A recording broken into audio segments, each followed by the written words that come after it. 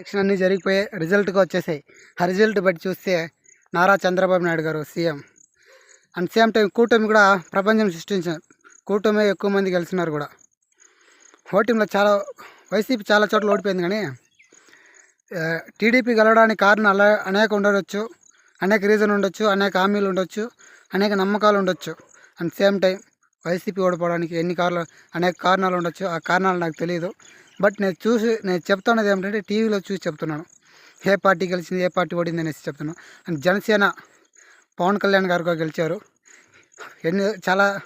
చాలా రోజుల నుంచే ఆశ పెట్టుకున్న ప్రజలు జనసేన కార్యకర్తలందరూ కూడా ఆయన ఎమ్మెల్యే కావాలనుకో చివరికి ఎమ్మెల్యే అయినారనమాట.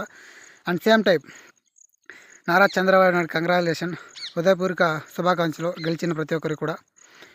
కాబట్టి ప్రజలతోనే ఉంటారని ఆశిస్తున్నాను. ఈ వీడియో ఎవరిని ఉద్దేశించి కానీ నేను చేయటం లేదు.